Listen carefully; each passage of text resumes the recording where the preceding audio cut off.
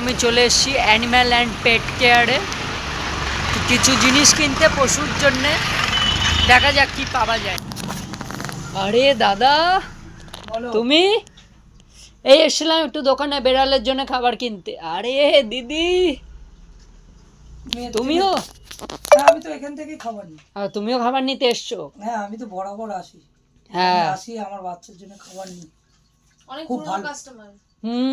আমি হলাম যাচ্ছিলাম এখান দিয়ে, ভাবলাম ঘুরেই যাই একটু। তোমার কি কাজ? আমি একটু বেড়ালের জন্য নিতে এসেছি। বেড়ালের জন্য খাবার নেবে?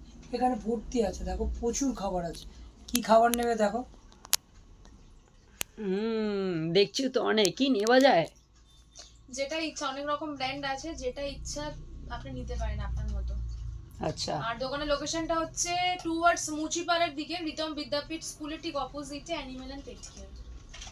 তাহলে দেরি কিসের? তাড়াতাড়ি চলে আসো সবাই। Animal and pet care, opposite of Ritam Vidyapith. আজকের মতো টাটা।